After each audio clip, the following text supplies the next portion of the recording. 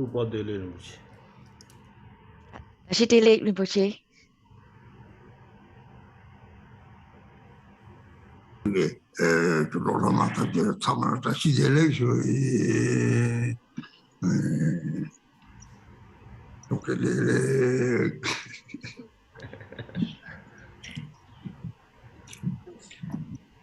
To all the Dharma friends and the disciples who are joining on the live stream all over the world, and good morning.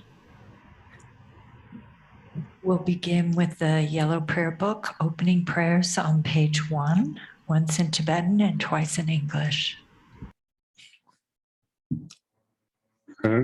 Dala dhamma sebe dhamma sebe tarpa dhamma jen jen be pardo juba se tam je je zon sebe manam kadanyan sim je tam je deva dante dhamma dhamma yurdo la name Yanda Bada Sanjo Rinpoche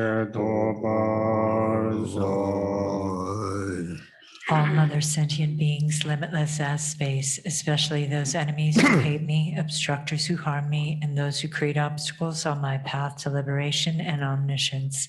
May they experience happiness, be free from suffering, and swiftly may they attain precious, unsurpassed, perfectly complete enlightenment. All mother sentient beings, limitless as space, especially those enemies who hate me, obstructors who harm me, and those who create obstacles on my path to liberation and omniscience. May they experience happiness, be free from suffering, and swiftly may they attain precious, unsurpassed, perfectly complete enlightenment.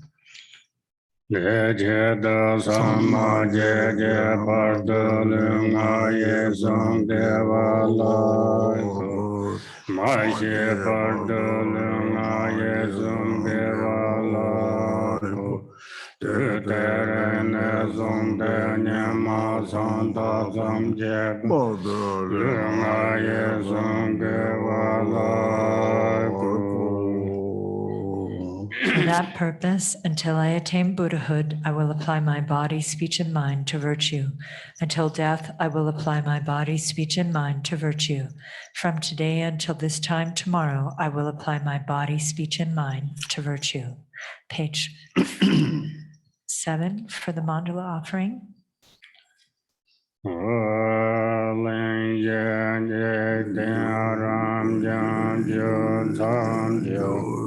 Ram jam jam so jing gen jor pe so ma le lo ye lam de ber la na ten yen do gon to je zong de zo da le lam jon do ba jin ji da Hong Kong Jin Jin Ta Yong De Mar Je Da De Zong Me Ngu Bo Je Je Go Ber Je Dan Zin Xie Wa Xin Je Lo Me Dan Me Mian Ta Le Yong De Xin Jian Ga Ne Song Zhou Wong Ta Xie Jie Ming Xin Len De Me Lo Men Dan Jo Per San Jie To Par Xin Yi Lo An infinite array of worlds, each with 4 continents and the wealth of infinite oceans of realms. If I bring them all to mind and offer them without exception, please hold with compassion all the beings they contain. My body, enjoyments, and whatever I own, my aggregates, elements, and sense sources, my aspirations now and in times to come, as well as everything I grasp as mine. By offering them all, may I be blessed with the end of self-grasping, completely liberated from the bounds of real and unreal, transcending the names and concepts of arising, cessation, and abiding, coming and going, affirmation and denial. The supreme mandala is the natural state. By offering it, may I be blessed to attain the state of Buddhahood. Om Guru Deva Draganarana Mandala Padeda Page 10. Zem Janam Jasambata Loya Sarajadava Che Jong Dumon Tebaye Chu Jian Kolo Kodu. Please turn the wheel of the Dharma of the greater and lesser vehicles and the teachings common to both according to the dispositions and mental capacities of sentient beings.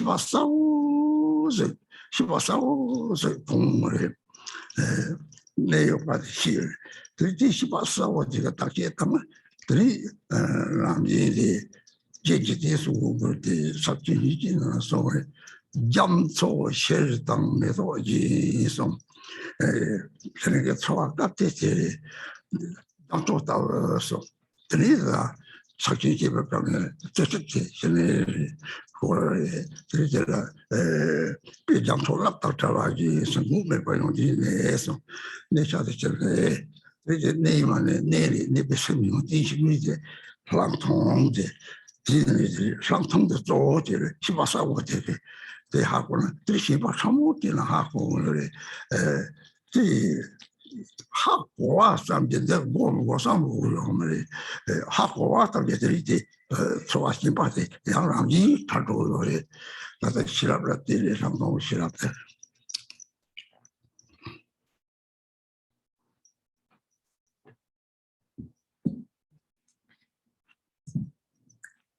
So then, Dharma friends, to continue the teachings from yesterday. So yesterday I spoke about Shamata, or calm abiding. We have said that Shamata is your ability to abide still, calm, in a single pointed state.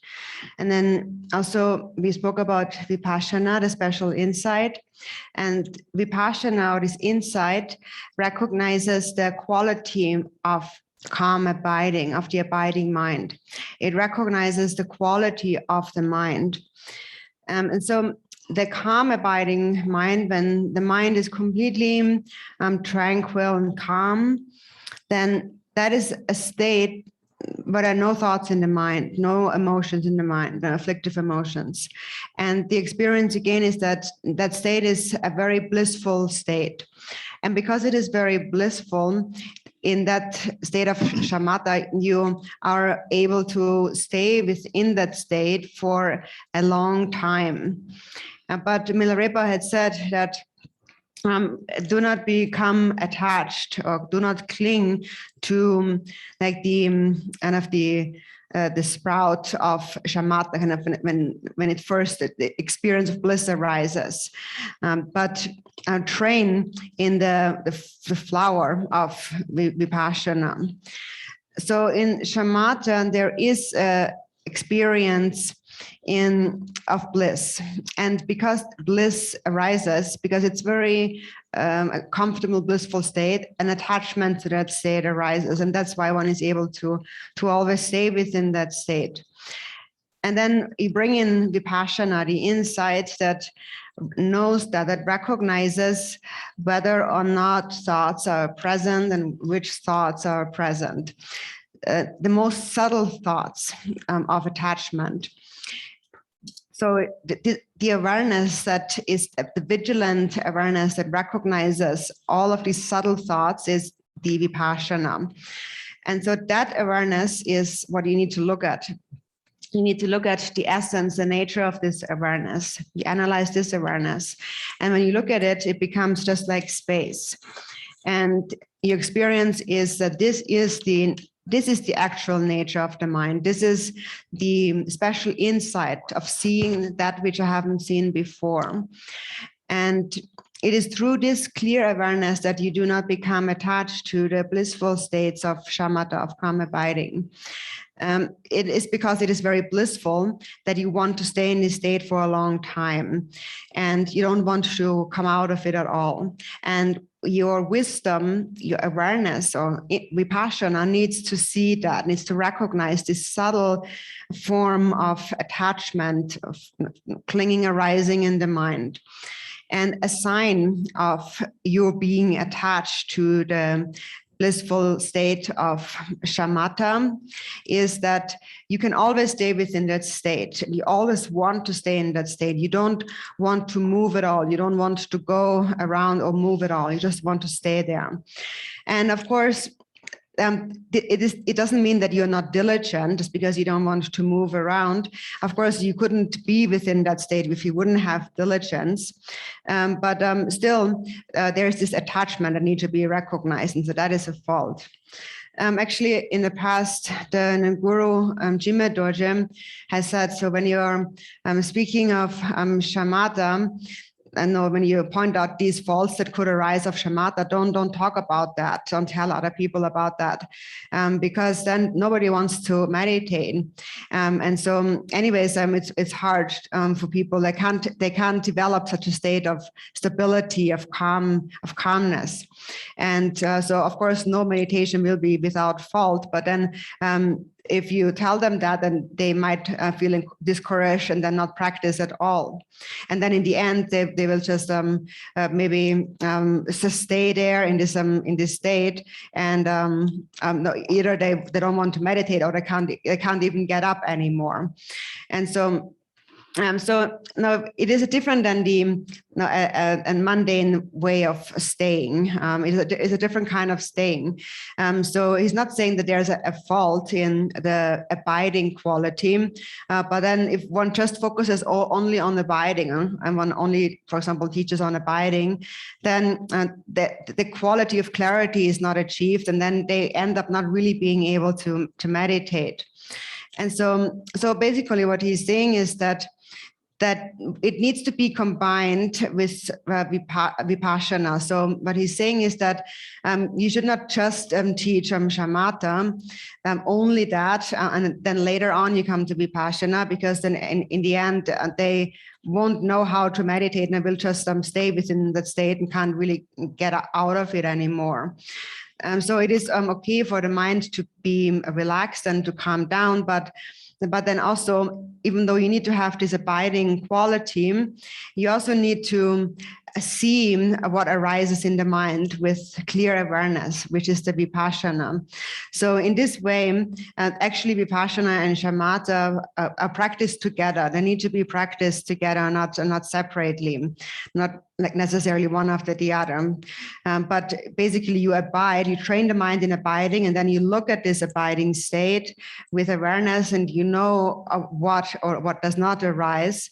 And in this way, Vipassana actually is practiced together with shamatha. So it actually is like one state, one so-called view. So basically Vipassana is nothing but the clear awareness that recognizes whether or not thoughts are present in the mind. And also it is the one that gains the experience that when the mind is free of thought, it is a very blissful state. So it is this clear awareness that needs to be sustained. And then at the same time, you develop an abiding quality. But then the awareness is aware of the abiding. So the clear awareness is aware of the fact that the mind is that you are abiding. And then that clear awareness is something you need to look into. Thigten Somgön said in the co-emergent Mahamudra that it is like a crystal clear ocean. And what is it? Yeah, a crystal clear ocean, and so the state of shamatha that is like adorned, adorned with flowers. So the shamatha is like this state of a calm ocean, a single pointed state. And then the waves, when waves appear in the ocean, the waves are nothing but the reflection and expression of the ocean.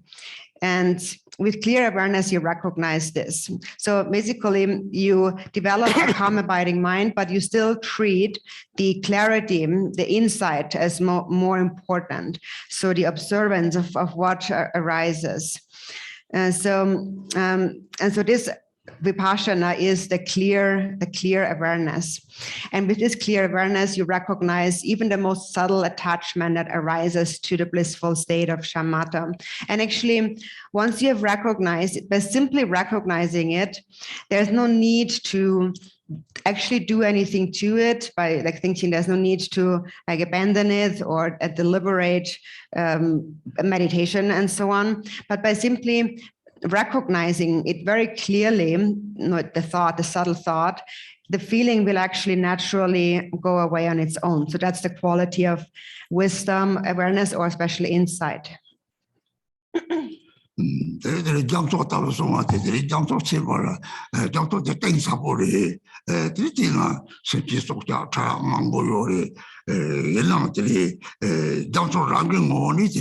나가 속차 심지 탐지 장들이 라기 고소라가 내가 볼래 나가 줬소만이 대문이 고소 사제 셋들 지금 부터 요래 요나들이 대답이는 대 따로들이 나가 샌데다가 나오 형바도 집어 차대 요래 나오 형바디 세브리 나오 형바 데르테 세고 세브 때요 그렇지 다 잠통하기 남카나기 차오 디 시바데 하고 샌드 치보리서 대답을 보면 들이변 남고 강해지니 때변 남고 가도 옆에 송들이 다들 딱 되다면 들이 남카라파 딱 되다서 여유 말에 빼려고 같이 똑똑했다는 거는 갖다 사바 송도 사기가 송말이 들이 대사바들은 호대의 추탐지 들이 설마기 밤에서 저다 나와 통제한 그 센서 사기 라리서 딩나 송말에 나와 센터 타지에서 호화들 같이 해야 되는 올리기 죽기라서 타 자송을 사디지 잡으려고 생각했다. 텔레비전 센티 장매번 다 쇼가와 됐다고 요래 파트를 됐다고 망고를 해야지. 그래서 가롱까지 터들 터져 메라버걸 레지지에서 지하송에 장매 말에 수타 쇼걸 다 쇼죠. 다가도 타치야로 말이지. 서울들 세분대로 대탐지 셈을 말하고 주자면 셈이 찍자면 말이지. 대탐지 셈당 랑게되고 셈이들이 못 죽고 차은 거예요.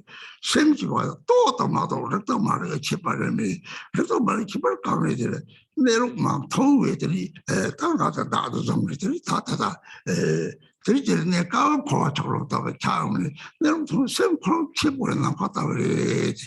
그래서 이제 사직해 보소 사와들 오 호대같이 셈sem코 내록도 많이 해야지.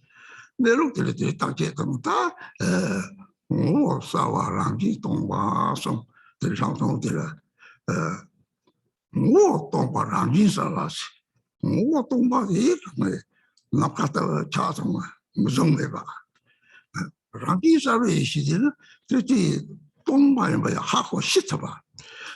그렇지 타자 타치다 때리지 타치하면 다 센터 남파체면서 다 도망받을 상태 이런 배운 거를 그 센터 남파체면도 소리 보아대 샬롯에서 뒤로 남파체 미래야 그래서 뒤도 내다라서 봐도지 다양 저거는 잘못 샬롯에 다면 좀 가려야 돼.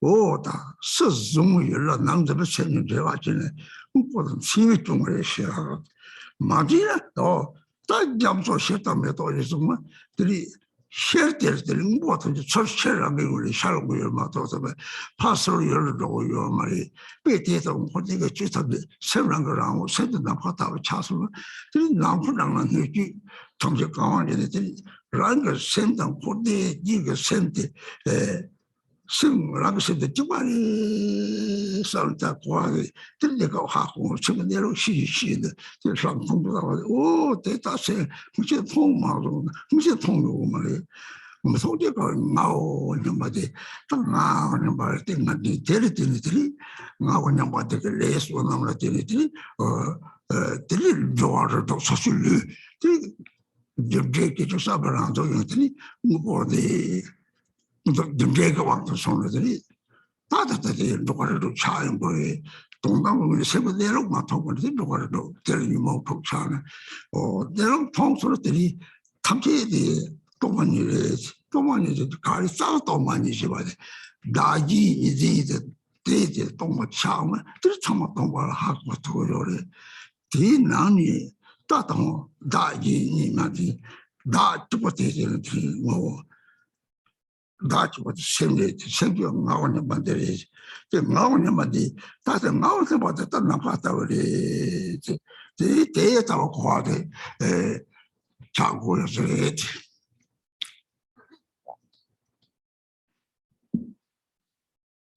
So, for example, it is like the mind is like an ocean, a vast ocean that is deep and that is vast. And within an ocean, for example, you have many different animals, coarse animals and subtle animals and so on. But then from the side of the ocean itself, it makes no difference what animal there is, if they're large or small. All of the animals are only the temporary appearances, appearing due to temporary karma. But the ocean knows that all of these life forms all possess Buddha nature. So that is the ultimate view. And so the ocean sees that all beings have that same mind.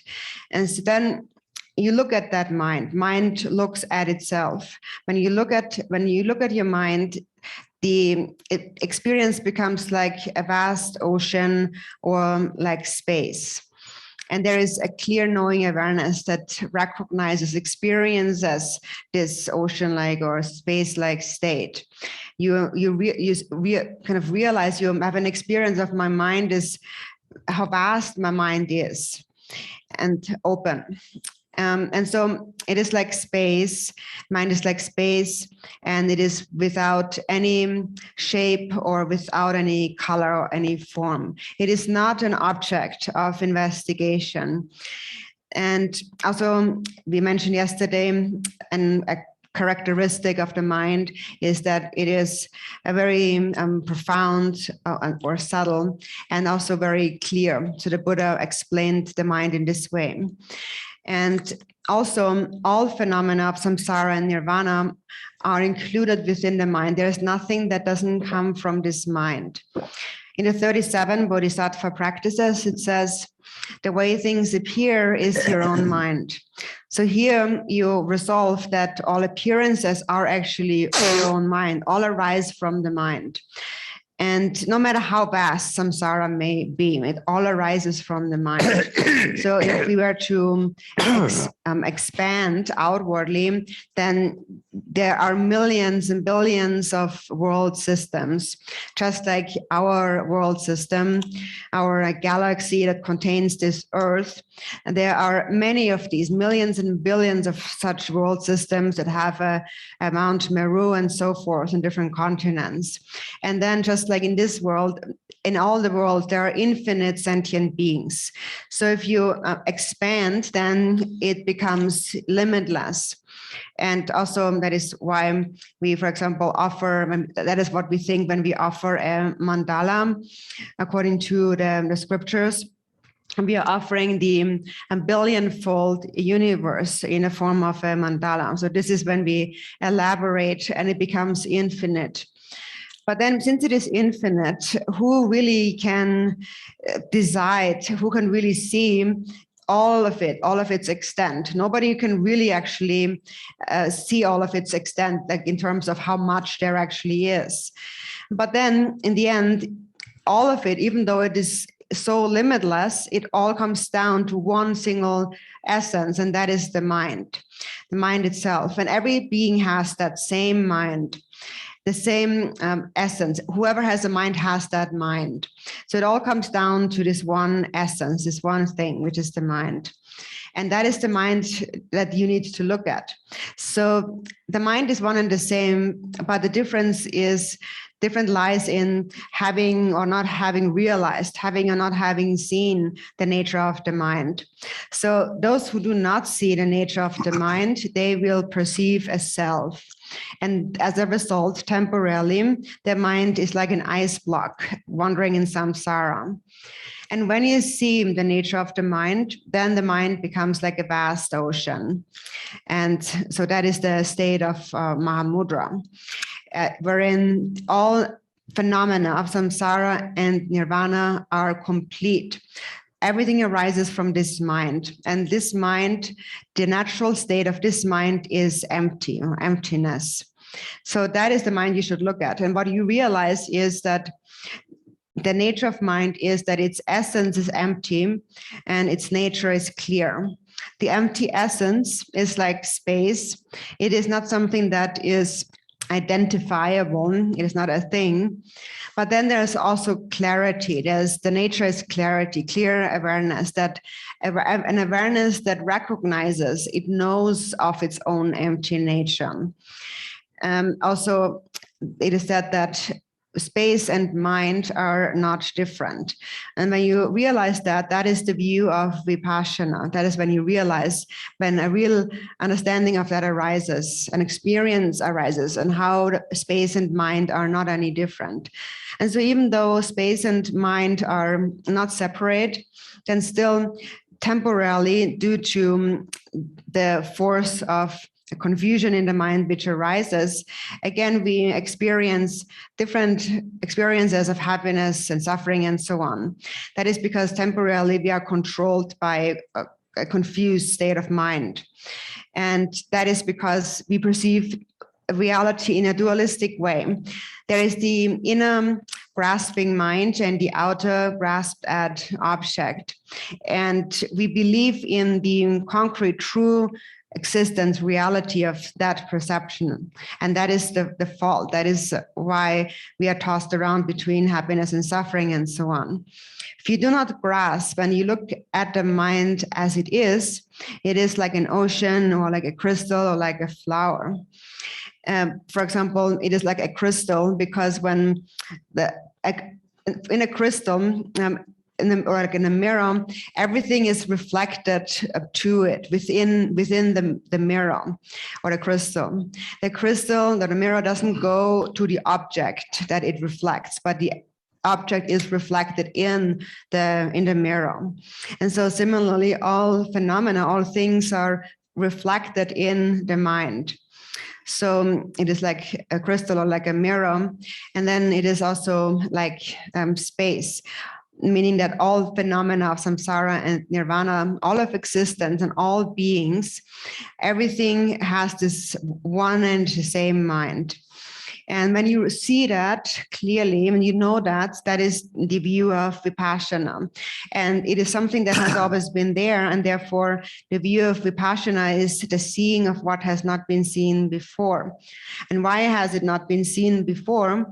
It is because of this thought that an I exists as in me.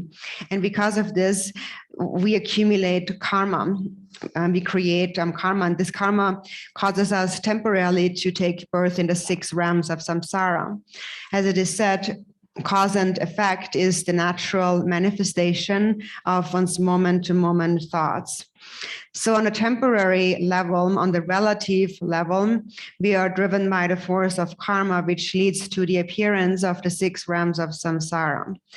Ultimately, when you, from an ultimate perspective, as long as you do not see the nature of the mind, the ultimate nature appears as, within the mind, appears as the 6 afflictive emotions.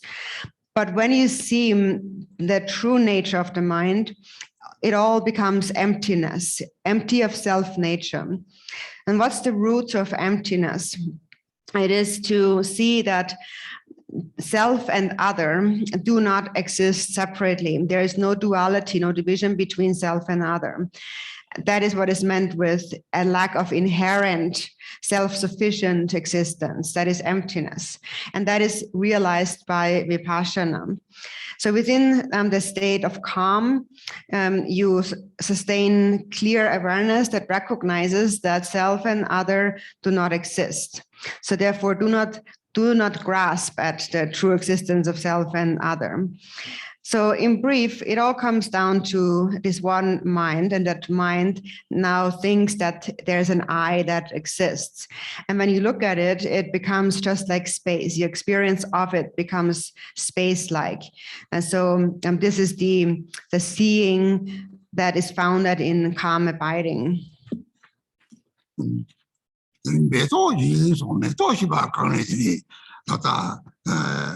Peman damjidani chilan damal damjitame maupasam sansa machacho marupa peman jungre korato de pemyung de peman damjidani chilan damjitame maupa teji de nita tangaso rame no ngai de chowa tokla soba pubonga 대탐제들이다 초와 도고 걸어들은 코는 내요를 나한테는 유무고 주는 내요나양 세번내력들이 하고 정어들이 제를 쳐봐서 지금 중국하고 봐 빼려다다 쪼고 차기 대를 조금 좀 하고 세번내력 통화 대로들이 세번내력 코라 딱히 토라 대탐제를 착토해 봐 다들이 공의실이 내 잘라 신바 차오지나 하고 제노데 제답들 때 두두만 차과다 차와지 차과다 차와 뱀에 그래서 대 강해지는 들다 또 초면에 코아지 코아 되게 봤어 그럼 방화사 사제에서 뒤도 데레데 뒤도부터 되지는 코아도 가듯이 대생부지요 봐시 생분내로 되더니 다진이진이 봐시 다티들은 대하고서 세부대로 또 들어간 게 탐지 그 너기심 받자 왔더니 대사들 마차고 마진바 돈나다 마차 마지바 치모리디 즈바 서로 따면서 대달 가려더니 남도 장이 강샤로나 제가 즈바 마죠 봐서 즈바 쪽으로 따라면서 사실 진짜들이 진 당분 진들이 즈바 제고 되게를 해서 아무리 배제다가들이 상통 즈바들아 그런 통제나 제가 즈바 매봐 사양점이 상대에서 즈바 매봐지 배나 대도 마와 그런 조작 가서 세부 통솔을 하고 대다고들이 살아점이 sebesar te kama menjimpa som kira beto ta ko de ko namni nam to me ma ba be te ta sem de nyumo bo to la pung de nyumo to la ne ne yang nyumo be ma ba ya ko ko le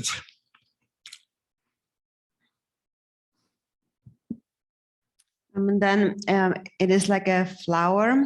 So that is because it's like a lotus flower. It is that a lotus flower grows out of the mud, but it remains unstained, untarnished by the mud.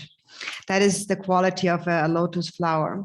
So that is the nature of the mind. So while it comes into the state, a samsaric state, the natural condition of the mind still remains untarnished by all the flaws of samsara. So for example, now we have this human existence, human body, and the five consisting of the 5 elements and the 5 aggregates, and we have 6 kinds of sense perceptions, 6 kinds of feelings. And it is mainly because due to these 6 kinds of feelings that we dwell within samsara.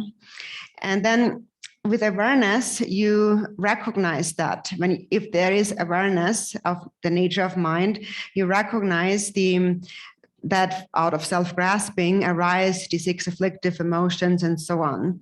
So you recognize the natural state of what arises in the mind. And then you will not become tarnished by the fault of attachment, clinging attachment, even though you are in this existence, in this body, in samsara. If you have special insight, you will not become defiled by the faults of samsara.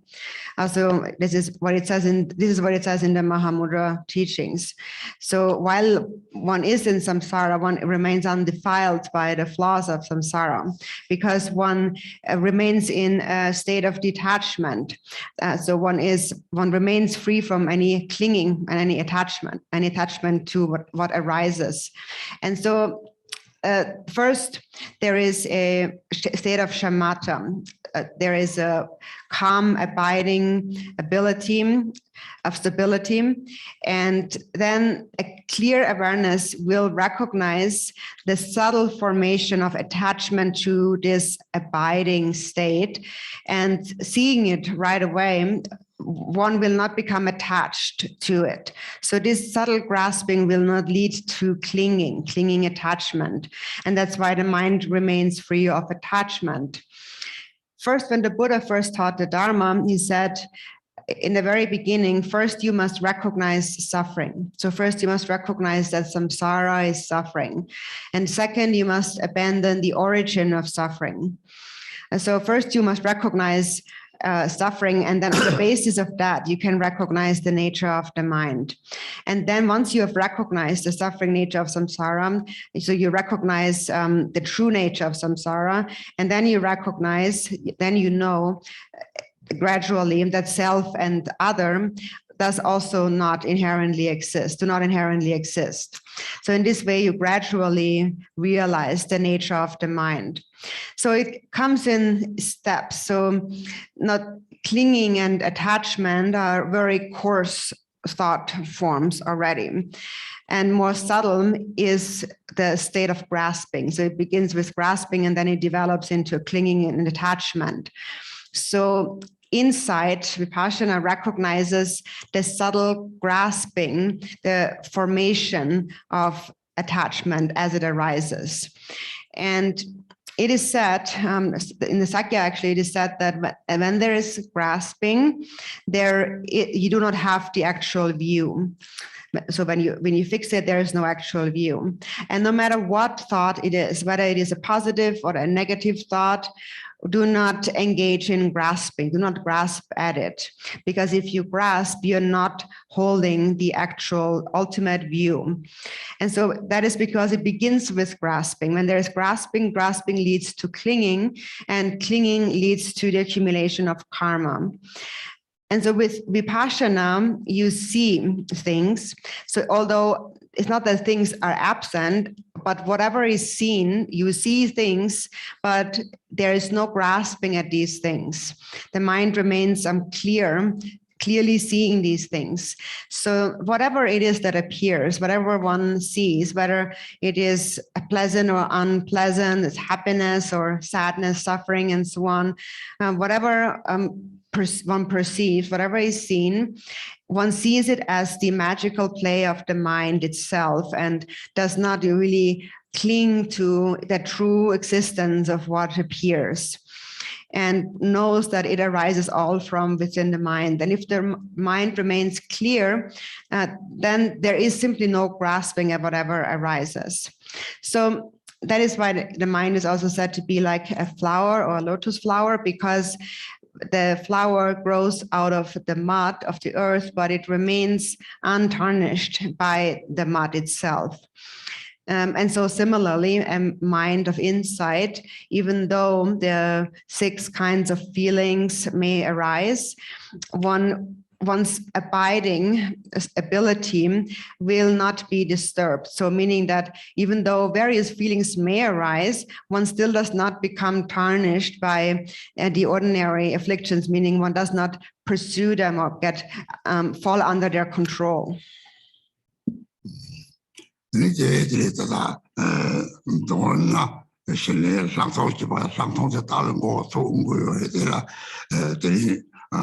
Sobdimana Sona, Shene Rab the Timber, Santongit, Numong number Jabba, she said it, Num was about the Namtori. Did not talk Kanchi, did not talk Kanchi at the younger, Sang Tong to Tarting on a need, Did you ram get any meta pushing on by the shit to put one dumb chipati. There is immediately on that day by something about just so. There is immediately about the empty actually doing the carry nature is on the dinner, it is only by just seven the Tarataro, young me by your me, Jelasova, Semtela. Jim Larry, this one. Don't need the Salam Sipara, Salam Rambam, Salam Rubati, that was sent to Jenna, parliamentary teller, Sola the Bariki, and Tilan Zvashos, the Manzaba, your pass, or the Kalam Magi, the Rang Charang Dorza, theatre was the taller, the their consulting among the Mandala, she said, there is immediately something about Yaselani, so Lola Slang Tongue, Tawa, Tata, Trongo, and answer the Baccara, Tanimo, not half of Shibati, lately, number method shit you the 남치의 이식이 개발에 따지는 실내에다 합성도 연구를 합성들이 다 이식 연구 강의를 남치의 이식이 개발체에 강의되는 남치를 때다 나서 나오 냐면 난지 때서 요래 또 검잖아 내하고도 세마도 왜 또송 세고는 뭐 그래서 저 차이인 거요래 대회라들이 되게 nim보는 안 되지 nim보들아 나도 다지 집발에 내가 냠리 갑이 조치자들이 디만을 비하송을 들이 로제리 para 송을 감들이 실내게 냠 제가 같더니 소름 초소 소름 초가는 이제 들이 라마라 대파 먹을 생기는 삼니지 들이 독신고는 제로로 제동 당랑 대단히 같이送을 대답이 그래들이 다 저들이 도나 대탐지는 저들이 삼바다는 이제를 대답이 뚱뚱지 나이지만 네게장 것들이 다 맞춰게다 그래서 좀 대답이 좋고요 무슨 지망한 일이 대답들이 좀 그것도 사촉생 그 재미밖에라서 봐 그리 또들이 동안 가리지는 라면 먹을 줄 아침 머리 라면 먹을 때를 다 돼서 제트부터 때 나만나서 얘네들 라마 사지에서 시바지 데라서 가서 거리 들리다다 그래서 갖고 심지어 상기지 제라고 그래. 걔들 사바체미 양동이라고 보면 뭐 단디인데 좀 아마다 좀 코나라 지내다 대구보다 체면이 받대 연구요래. 걔네들이 라만 먹을 시장을 때도 다낭송 그래서 다낭을 마디 양성으로 당을 그 다낭에서 들으더니 나시를 걸고 와서 하지는 벌써 저 남이 탐지 좋아라 다대로 거하대 동대 그네 지르는 것으로란 게 르제가 따로 들이 차당 농성에 럽도만이 그런 거 있잖아 서는 게 되게 이자의 강조하는 나시라 달라보에서 상황들이 대식적으로나 들이잖아 실감 탐지보고 가는 거들 대식이 뭐 요리 속들이 포진적인 사람이 지내서 모니적인 접대는 말이 밥을 괜찮은 사진 구슬이 그때 사진 사람 것이 다 나나 저는 고속을 사족을 말하니 대바다 다낭대 당이 대바다 다낭나게 지켜봐도 지나 대그들 남상들이 따라들 맞춰본 것들이 배받쳐 보여요. 저기 기도를 제동 이 다낭장 고속을 제가 나시 사걸 거기서 맞지는 무슨 소심마도 저게 중앙가들 상황말이랑 지지 들이 낭유몽 아디 신가요 미나 이 시간에 마미나 다 유몽고 내가 쓰기 잡을 그래서 차대로래 별 미망 제발 가리 다음에 실내 상성 거는 별 시당시보다 배야를 당시보다 있잖아 시당 하는 나시들이 여기부터 도와요 감이 이제 사르이시죠 많이 사르이시요 활동 셈싸고 차대요 나기니요 말 차 탑재다 참 동료래 가래 쪽요들 별 시당 버차들 말시나 저보이 들은 거는 그 제와 치보 용나양 로망고는 냠지는 대는 냠지 시당 나무가 뒤다리 제와 참았 시작하고 찔라만 그 대바다는 왕은 저 오늘 시당은 되지 대탑제들이 떨어를 박차들 이 상태 박차 또 하고 대탑지 떨어고 대마들이 랑기디들이랑 나는 hin주제를 잡을 물을 못 잡아서 이날 아시자고 대탑 또대 독들이 저도 받으셨다 이모 좀 집어대 이모 바디 랑기 집어 좀들이 독 밀죠 왔다를 들이 세상을 안 지시는들이 파르서 여러 마테네 들이 라거처 세상을 먹을 때 까들이들이 랑기 선나 갔다 뺏어고 That's about the thing. Toma, Satong Ramji, Shatang Satong, she so several left here. They thought happen. Oh, you move Ramji, she is. That's a new one of Boston. They didn't even mount on my regular. Not a shot the only zoom. They top of the Mayona, Passion Kasiyana, checks away. So that some tongue in Mundiati, Jitter Yaming, Yamyong, Boba Yamyong, the Devakachi, so Marabi, there is some talk about Sema, you may share the top of the Rafa, should be Shiva Ligi, that a new woman, Cheona, that I share there. That's Lari Subim and so on. Teacher Dorotella, the teacher, then you not fishing out talk to your legislative what the mambo song, among the port of humanity, when you move with Yana, water, three shetang means so much in the two dogs, two bars. Sanjit of the top, two bars, dodgy. Several dodgy joker, dodgy chunks, but several narrow to recently. Jesamiba, Jitter more Gorimatuba, Panimont, John Dontaba, there are about the dodgy young day. That one of Chevaka was so good. Generally, you John Major Jealousy, this is a silly slang tongue the dark and water, many matter that slang tongue there. There's such a million day, Thomas tongue, the Shajan, get our go.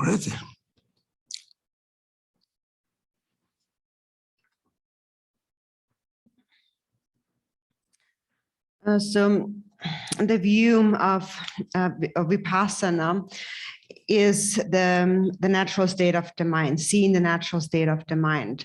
Then that is what we call the view.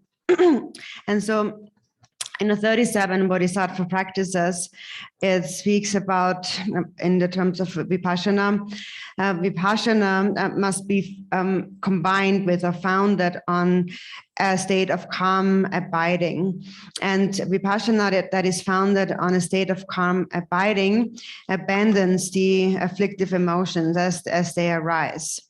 And so an afflictive emotion is a thought within the mind.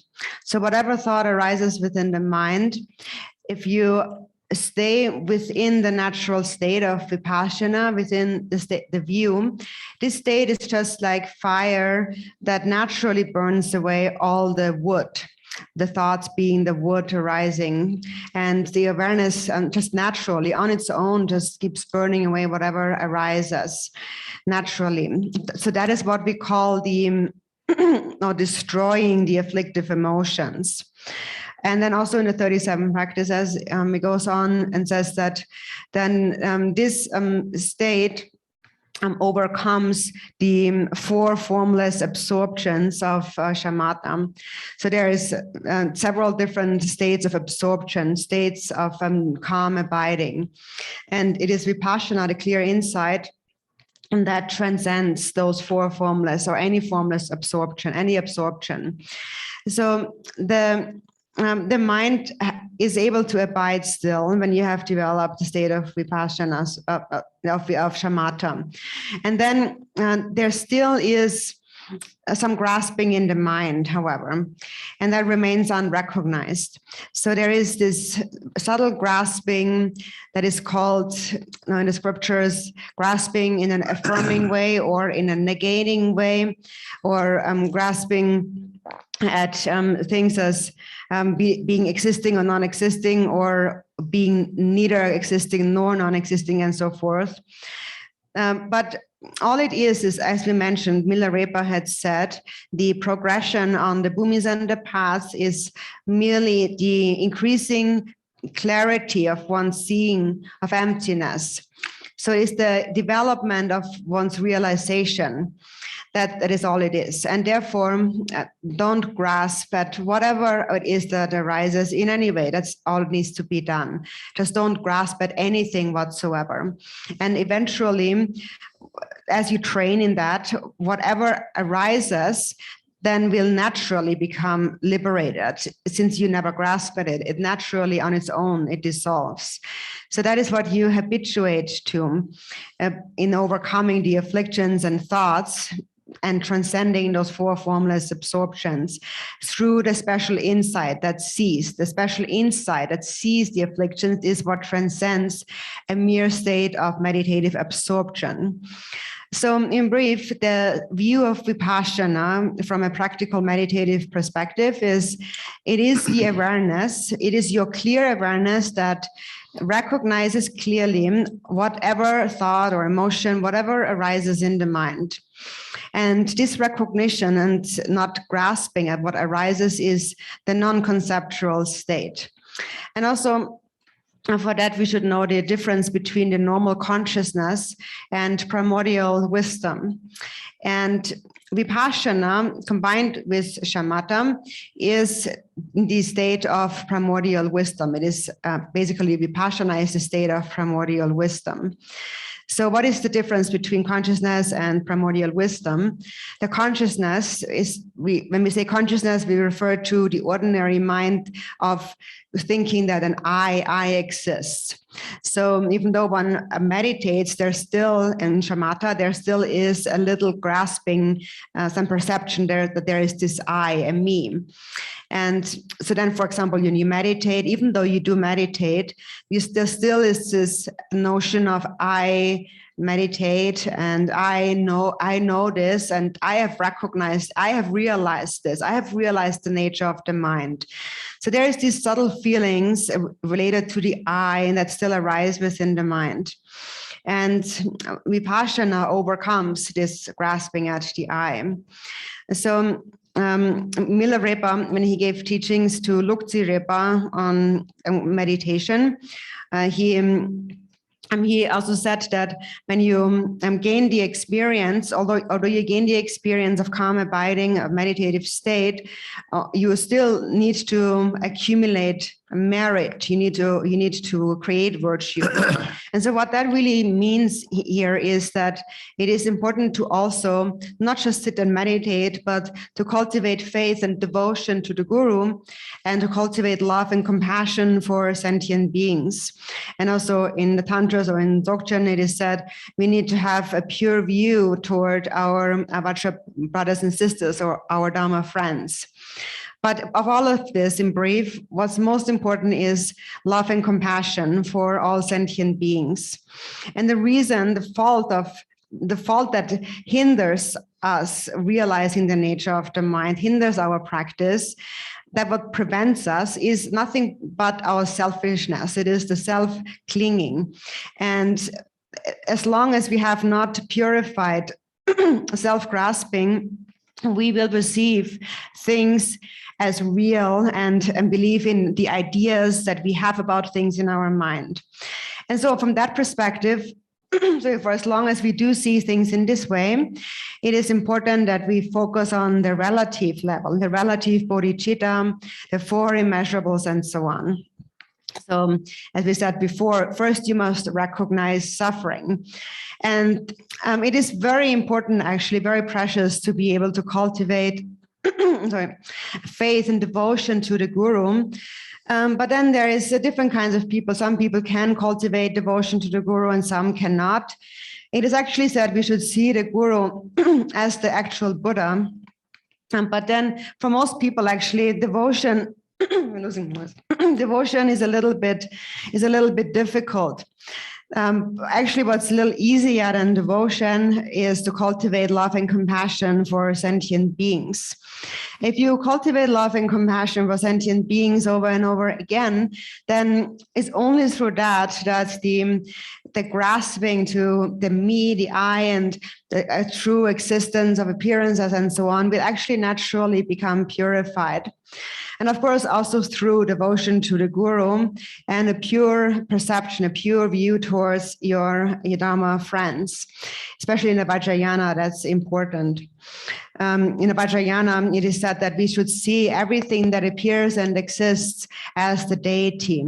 When you see everything that appears and exists as the deity, you have perfected the generation stage of the secret mantra. And so that is why we need to train in seeing things that way, because otherwise we cannot become liberated from our self-grasping and impure perception, the conceptual mind.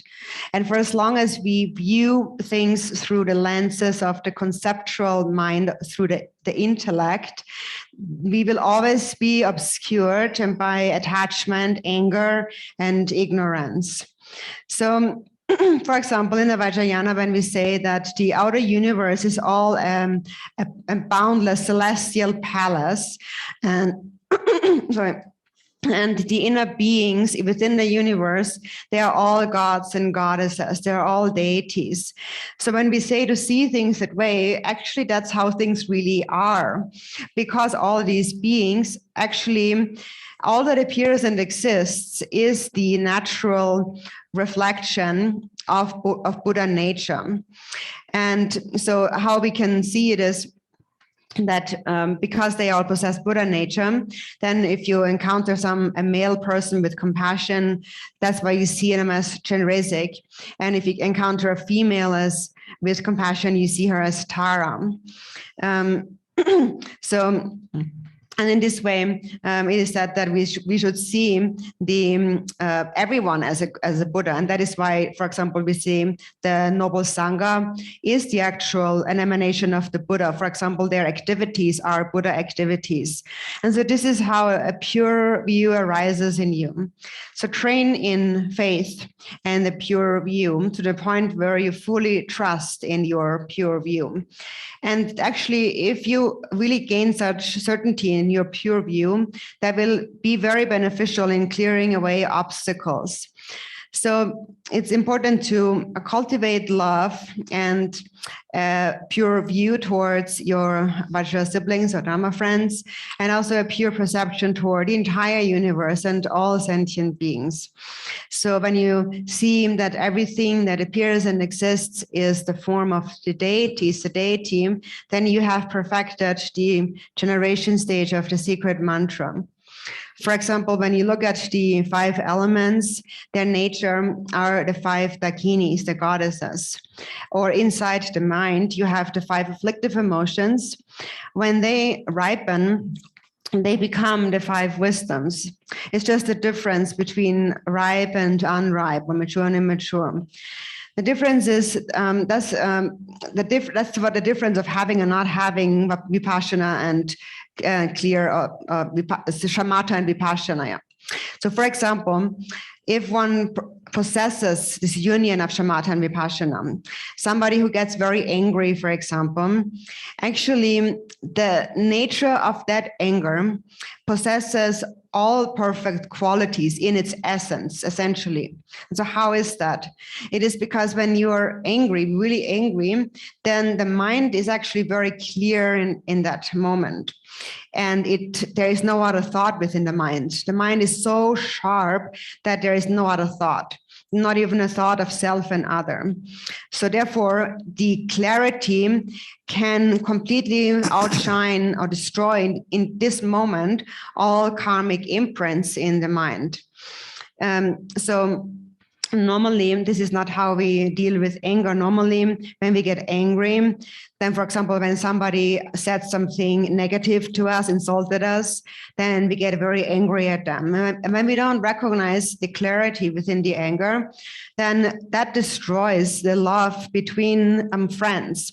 Even if they have loved each other for a very long time and spent many years together, when the moment anger arises, all of that love can be destroyed by the anger. This is the power that the anger has. It can completely destroy all the other thoughts in the mind.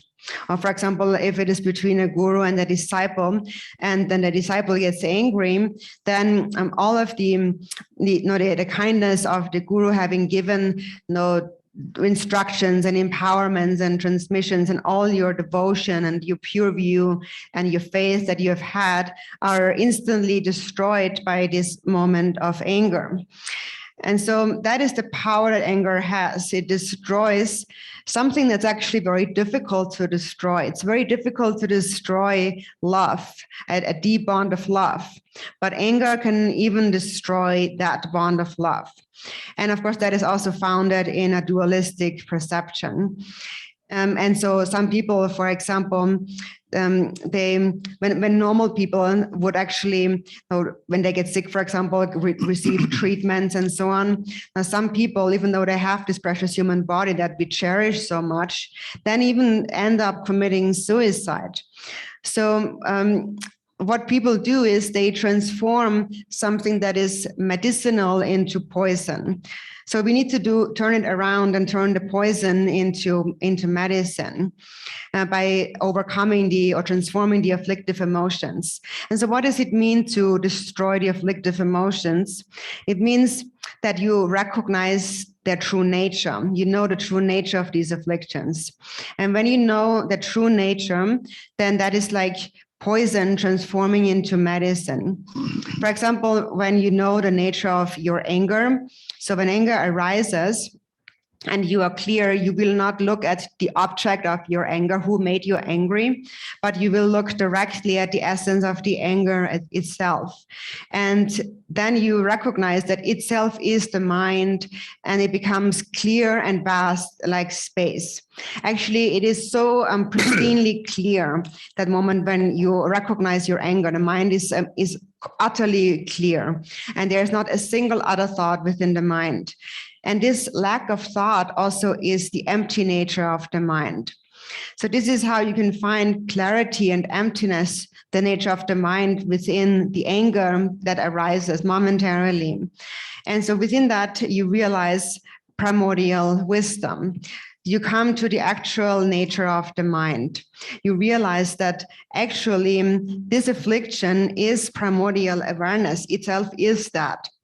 And that is what we call the destruction of the afflictive emotions, of any of the 5 afflictions.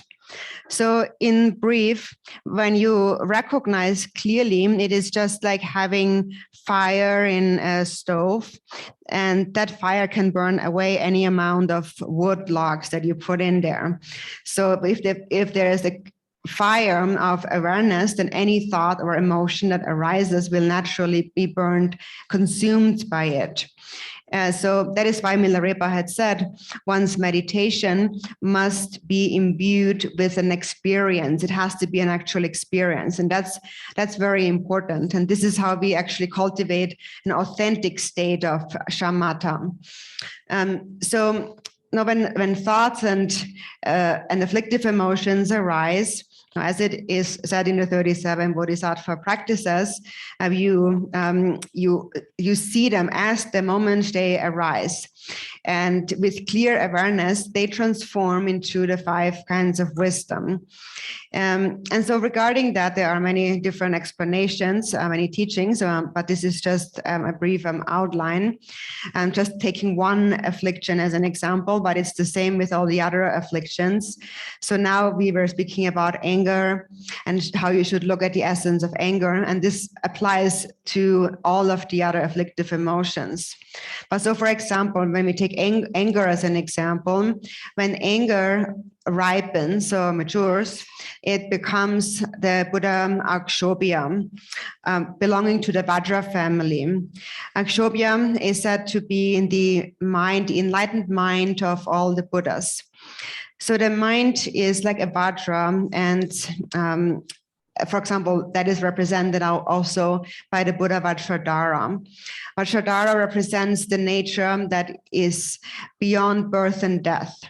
Because when you realize the nature of the mind, you realize that the mind cannot be born and it will not die. So that is what you recognize. And it is like a Vajra, because a Vajra is invincible. So nothing can destroy you or that Vajra, but the Vajra can destroy everything else. So meaning that the Vajra can destroy the afflictive emotions that are arising in your own mind. So that's the meaning of the Vajradhara, or being like a Vajra or Akshobhya. It is the ability to destroy the afflictive emotions in the mind. And so when you understand that this understanding is the beginning of the view of Shamata and also Vipassana in union. And so actually there's no need to actually separate them in any way, but they are practiced together in such a way. And within such a state, actually, all the qualities of Mahamudra are also complete. So understand this.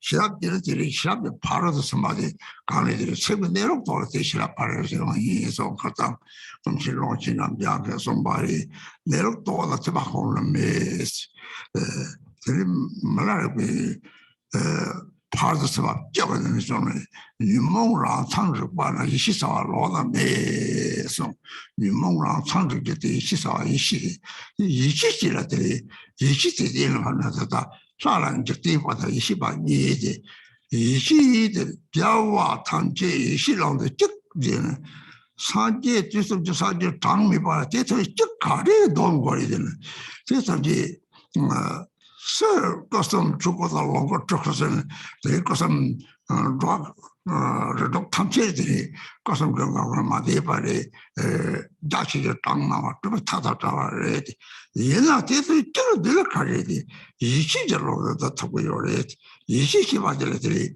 또 남시 시는 민송나 들이 저러다 이 도라들 무슨 탑재가 될 수지도 상계의 상대나 다다 남시의 가지지를 나오면 돼요래 서로 여기 남바 탐제 10에 남시이지 이 시들은 서로 여기 남바를 니도 오 이시라는 내로 쳤다 깨다면 다른 남가다 될 밥을 드리자다 선단 남가 체면은 선남가 체면 받는 밥을 남가를 니베와 하고를 그 세고대로 운에도 돌때 선남가다 될 처음에 차용을 다 이시지 그 이시지 체벌이 콜대이가 참되었지 이시지 되리 샘들이 참되는 남시적이 참되요 오면 참되요 하고 요 말이야 그래서 너무 치보되나 어디 약간 로마 탐지에 너무 치보지가 랑게 약간로도 하고 요래 너무 저기 약간로도 자 터져서 와 좋아를 좋게 제목 제대지 하더니 토리선들이 타고서 탐지를 제 당진의 기능으로 이 제발들이 제가 너무 찌게 제가 너무 저 하고 라라 소소들이 같이 까불고 같이 차놓고 같이 저놓고 너게리 요래 소소소소 되는 라게 내려라고 막도 배너들이 제가 남시들 좀 요래 그 가시가 노를 같이 차왔다 그래서 제 탑지는 남시 요래 들어오지 남봤다 시험 보고만 남시 요래 제 남시죠 뭐 또는 시리 제들이 살도 너무 이식무시 송저 그 사자처 몰라 사와들 탐지 똥만이래서 똥만이 탐지 똥만이지는 들이 그러면 제가 살아온 거예요 레전드 요래 따뜻한 거래 대를 똥과 연발아 뛰는 이 시대 똥과 연발이 이 시대 똥과 심취기 시바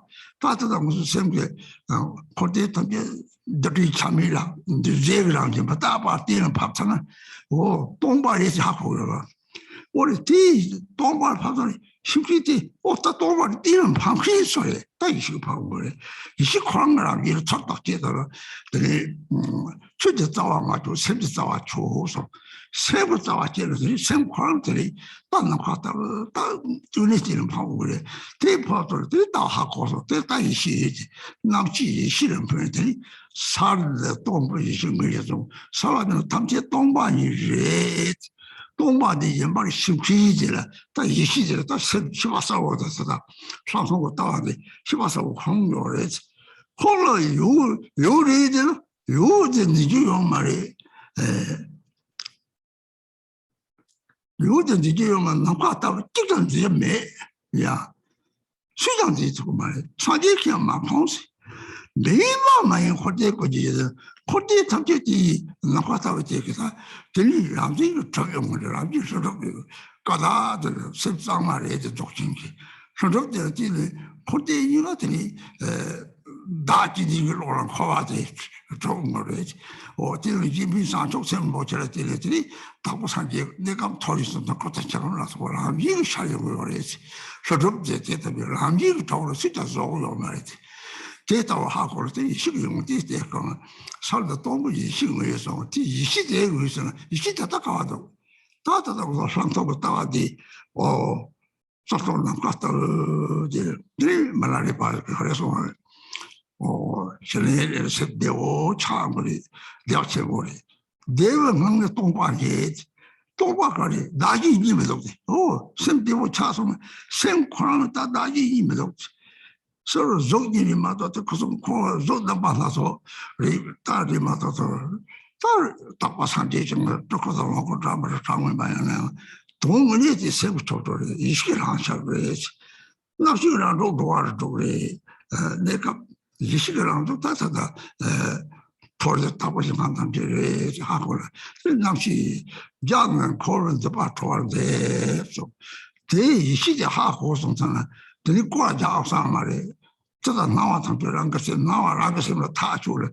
다라는 생각이 나와서 잡혀와 뒤는 내서 들이대서 사자체보도 다른 코르도 바토는데 대 하고 송선이 코르교는 코상하고 이 얼마에 세월 이베베는 니 싸워가래 나중에 되리다 나중에 나 용변을 제듯이 돼야 진짜 다 그저요 나오 녀밖에 가지나 잡으면 내가 많이 장가가디 뒤남년 심이 막 카바바는 마다 쏘고요 대니 몰라 될 제시요는 마다 저거를 저런 거 같아 대다 하고는 참 많이 받으려도 많이 받을 수 있고 남성 들이제 남치 이시를 살도 동부 이시에서 사회적 보게 동바야기 말이 시야요 봐 딱 타던 잡아 동바 제가 타던 잡아도 이시지 근데 이시제가 다 오사를 갖고 이 시를 오사와들 거래 생포로도 세비의 생사보다 가다 생포로 저 딱지에 맞도록 썰매와 니에 오사리 들이 말하래 배서 냐마 받아면 angin yang mapadar bamji chu tse de sama ba na dream house chula dream house ma chula sa ye be gong yang sa de da se wo sa wa da yi ni be wo sa ha ko na ba de na wa tan ji cha ya yo ma de ma sha na sha wa da de li ramyi de hit ro yo be na de dumata to ro dumata ten zenso tele tele chuna jita zamor 차음이야 요 말이 또 말이 니발 다운이야 요 말이 차단이 와서 차단자로 땅는 걸로 되게 데려다 샤롱을 데려다 제대로 뭐 되게 마실 이시면 마실 단 남치 되게 다 이니 우리들이 다 나게 되다 쳐봐 내도 니 우리들이 되게 다 가는 체험 거를 배 내로 또다 맞도 제발대로 남치 이시되는 그 사자제 보지 봐도 이시이름 하면 이시되게 딱 거대니가 이해라고 되는 이시나 거기에 맞도 나한테 또 그래 됐다고 하고 그래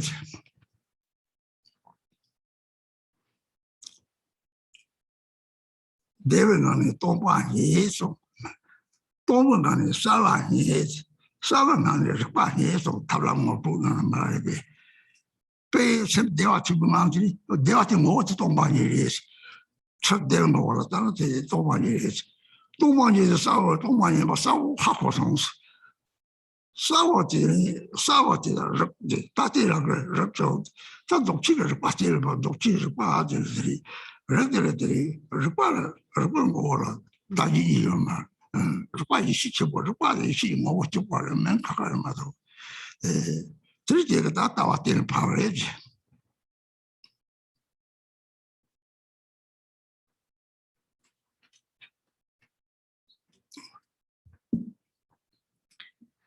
So this is given the name Mahamudra, but in brief, what it really means is it is transcendent wisdom, or it is Vipassana.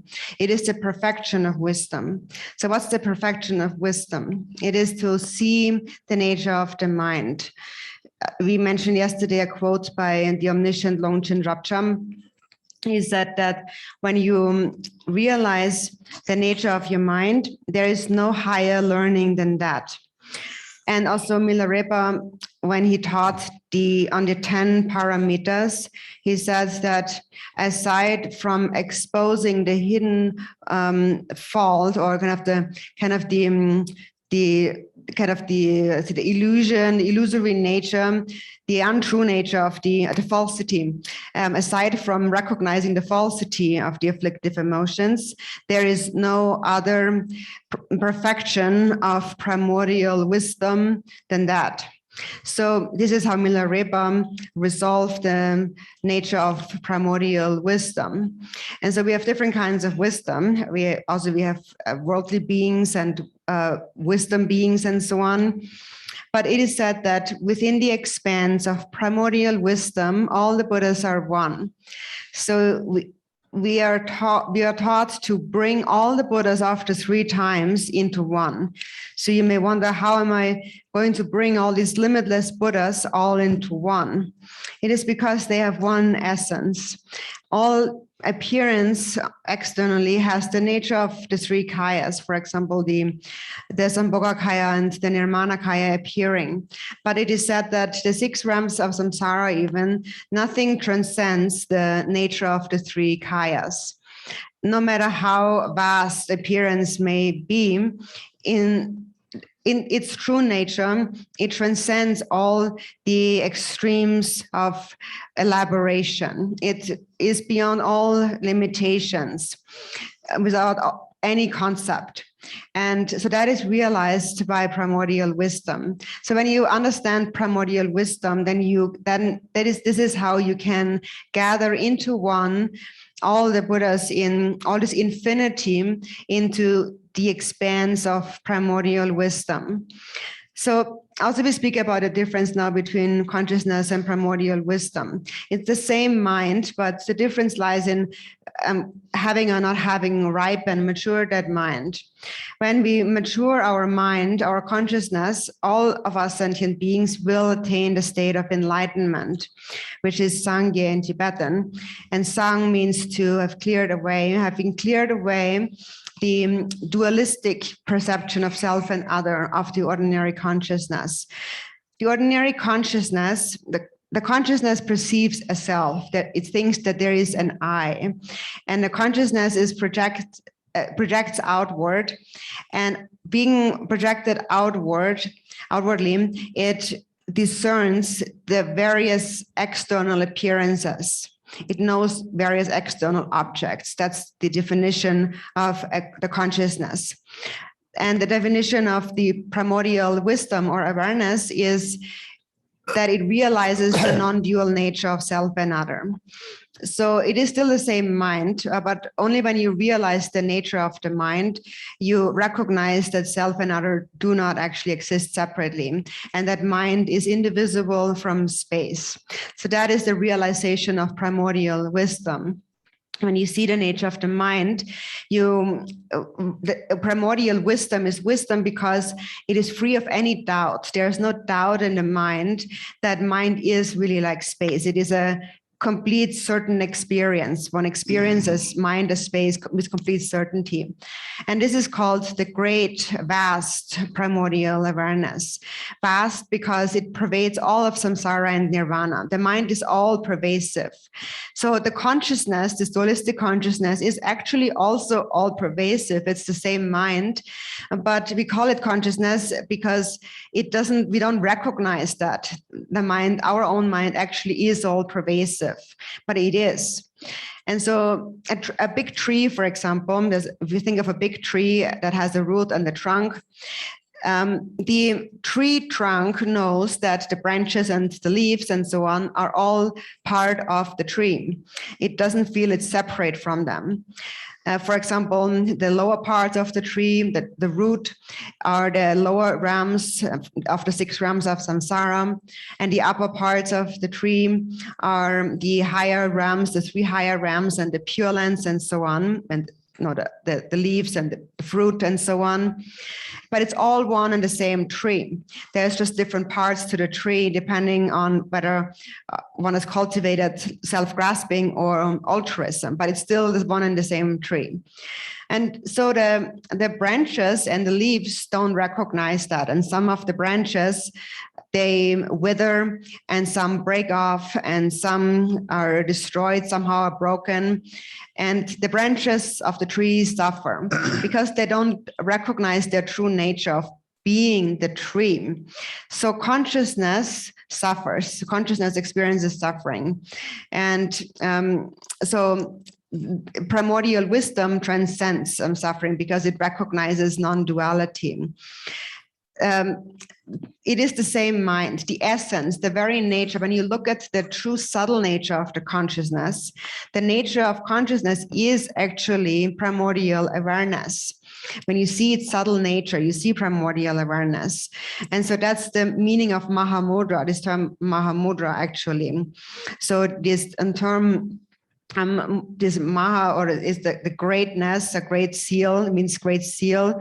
The greatness is, it means this vast expanse of emptiness. And so what does this emptiness mean? It does not mean anything nihilistic. It doesn't mean that there's a denial of anything. So there is something, there is an awareness. So it's not just a mere nothingness. Even though it is empty, it is also clear, it is clear awareness. Empty and clear awareness. It recognizes the nature of samsara and nirvana, that all phenomena. So how we understand how this consciousness finally recognizes emptiness is by seeing that all appearances, all compounded phenomena actually are basically we can't find the smallest particle. So basically there's emptiness. You can't find the smallest particle, the indivisible particle of any phenomenon. So all compounded phenomena are, these compounded phenomena, because they are compounded, are impermanent. And for this reason, they are empty. And this is how we can understand emptiness. So this is how clear awareness ascertains primordial wisdom. So the one who ascertains, the one who recognizes it, is clear awareness or primordial awareness. Actually, they are the same. And regarding its recognition, it is said that do not inquire into the root of phenomena, but inquire into the root of the mind. And the root of the mind is that it is indivisible from space, and it is free from all mental conceptual elaborations. And this space-like unelaborated state is what we call primordial wisdom, or we call that consciousness transferring or transforming into primordial wisdom. So that is what is meant with emptiness, this Maha state of the Mahamudra, the greatness, the great space, the clear awareness that is a vast expanse. And that is what we call the view of Vipassana. And so when we say it is there is something, it's not really there, it doesn't exist because you cannot grasp it. It's not material, it's like space. No one can grasp it. Not even the Buddhas have seen it. It is not an existing thing. And likewise, however, you cannot say it doesn't exist because it is the basis of samsara and nirvana. So it is space-like, and its nature is spontaneous existence, a spontaneous accomplishment. In Dzogchen, there are these two terms, Gadak and Hlundup, and Gadak refers to the primordial purity, which is the pure, clear nature of the mind. And then Hlundup is the spontaneous presence, so that even though things are primordially empty, due to the natural clarity of awareness, there is a spontaneous presence, and all the phenomena of samsara and nirvana spontaneously manifest. by the nature of things. So by the nature of things, meaning when there is self-grasping, that naturally creates samsara. And when there is altruism or precious bodhicitta, that naturally creates the countless pure lands and the pure forms of Buddhas and so on. So that is the natural creation is the spontaneous presence, meaning that no one has created it. So that is the quality of the seal of Mahamudra, of the great seal, the mudra part. And so, so what is this? To summarize it, what is this state of Vipassana? It is the clear and empty, space-like nature of the mind. Million Ami also explained this state as the state of calm abiding is a very blissful state. And then within this blissfulness, this blissful state, you find emptiness. And within that, you find a clarity. So emptiness means that you realize that self and other do not exist inherently. You realize that there's only an appearance of duality because there are different bodies. But the mind is one and the same. And when the mind is pure, then the countless Pure Lands and Nirmanakayas and Sambhogakayas manifest. But however many manifest in however many different ways, they all are a creation of mind itself.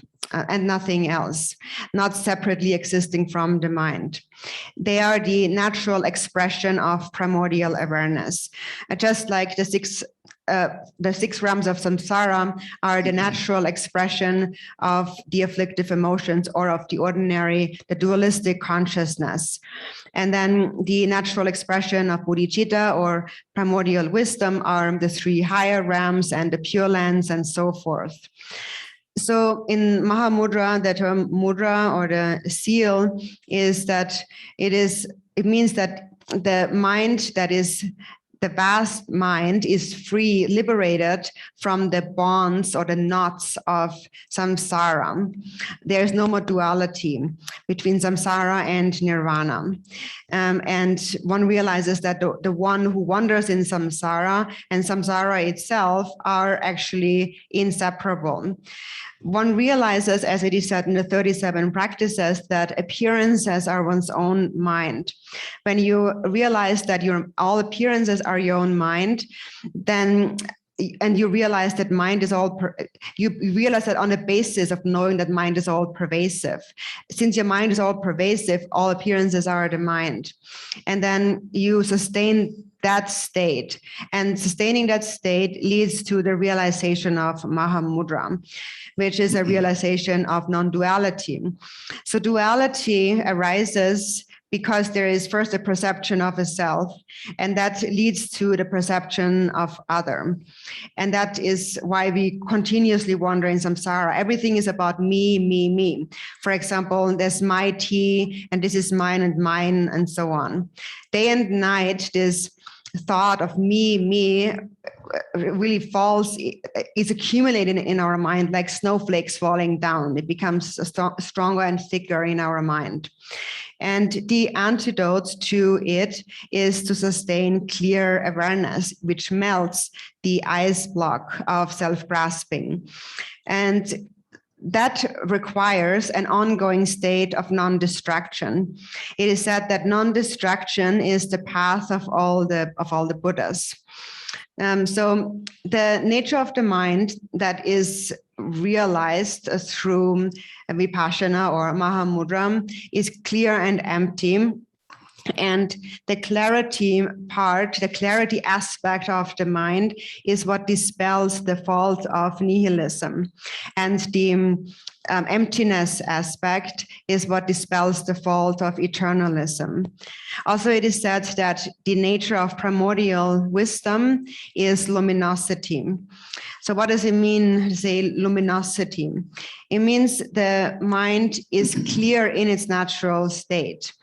when you rest naturally, there is this natural lucid experience of feeling fully clear and bright. When the mind is free of all the thoughts, the mind is naturally clear and luminous. Also, when Milarepa gave teachings to Bardabum, he taught her on shining the light of mindfulness that illuminates the darkness, and he explained to her the nature of luminosity in this way, that when you realize that self and other do not exist, you realize luminosity. And so that means that later, when you see that even though you see things, self and other, you know that they do not really exist, then also later in the bardo, even though things appear, you recognize all appearances. While they appear, they actually are illusory by nature. And when you know that things do not really exist, then they will dissolve as they arise. And so therefore, no real frightening, deluded bardo experiences will manifest, because you have developed what is called an illusion-like samadhi. And that dispels all fearful and confused perceptions. So that is the nature, the meaning of Mahamudra, or the Great Seal, which is the Great Seal of empty expanse, and the clarity, the luminosity that knows the illusory nature of all appearances. And therefore, even if things appear in a negative way, there is no resentment against them. And when things appear in a positive way, there is no attachment. And being without attachment and aversion against appearances, the mind abides within a state of great equanimity.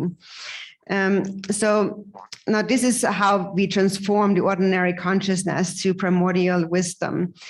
Now, as long as we have not recognized that, and our focus is mainly on the appearances of this life, the ordinary dualistic consciousness sees everything in a polarized way. There's self and other, there is happiness and suffering, everything is this or that, this side or that side. Always everything comes in two. And it is because of dividing things in this way that we continue to encounter difficulties.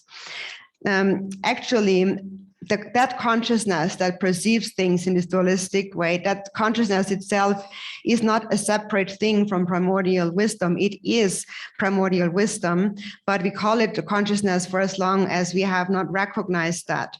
And whenever you recognize its nature, it becomes Mahamudra, or primordial awareness, which actually are one and the same. And this state of Mahamudra, or primordial awareness, is the basis of all of samsara and nirvana. So samsara and nirvana is one and the same thing. It is just not realizing it is what we call samsara, and realizing it is what we call nirvana. And that's the only difference. And so also Milarepa explained how a skillful path, he introduced a skillful path on how to come to realize one's intrinsic awareness. And so he said that first, you experience bliss. And within the experience of bliss, you find emptiness. And within the experience of emptiness, you find clarity. And within the experience of clarity, you find intrinsic awareness. So how does that happen? So first you experience the bliss of calm, and then you look at the essence of bliss, and then nothing is found. The essence of bliss is empty. This is how you find emptiness in bliss. And then as you find emptiness in bliss, there is clarity in the finding. So therefore, in emptiness, you find clarity. You know it's empty. And then within clarity, that's where you find intrinsic awareness, because the clarity then is the intrinsic awareness. Finally, that's what you finally realize. And so this is also how Dzogchen resolves the natural state. He calls it Rigpa, or this intrinsic awareness.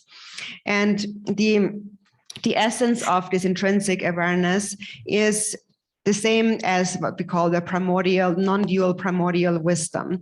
So we give it many different names, but actually it all has the same nature. This Rigpa or intrinsic awareness or primordial wisdom are one and the same, of one and the same essence. So this is how we resolve or can understand the view or the natural state.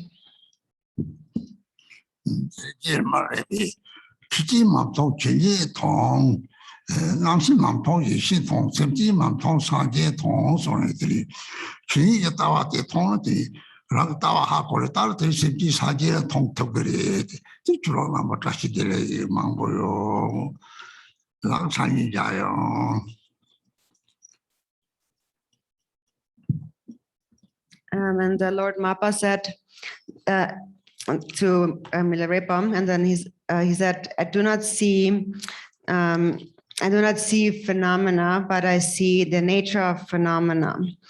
I do not see consciousness, I see primordial wisdom. I do not see sentient beings, I see Buddhas. When you see the view of reality itself, the nature of all phenomena, then you have understood the natural state, the nature of things. And that is what we call the state of Buddha. That is when you see the Buddha. So Dharma friends, many Dashi Dele to you, and see you tomorrow. Thank you.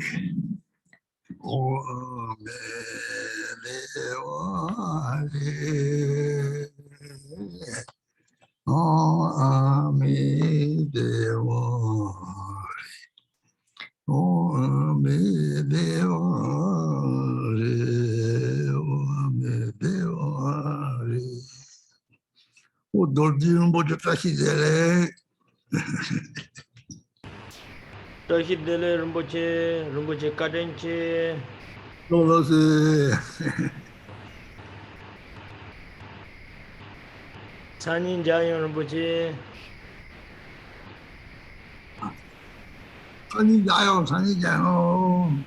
What up for doing everybody Sangha? Yeah. To offers this milk tea to all of the Sangha.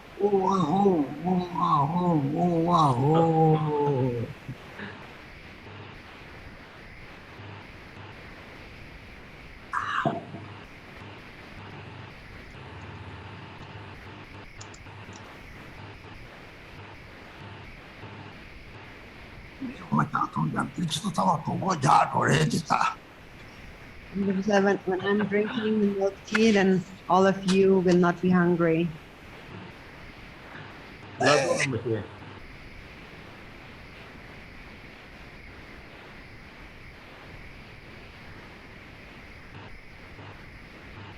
Thank you very much to Garchen Rinpoche for your precious teachings. We rejoice to all Dharma brothers and sisters. Next session will be by Dorzen Rinpoche, starting at 9:30.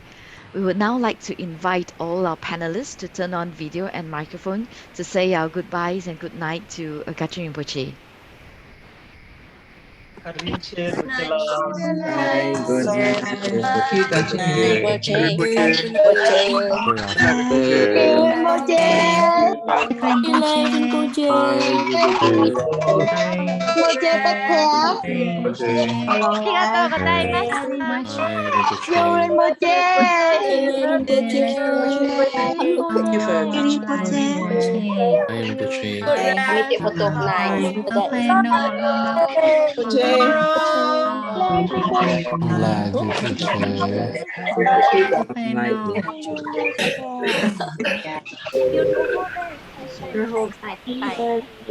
was this morning?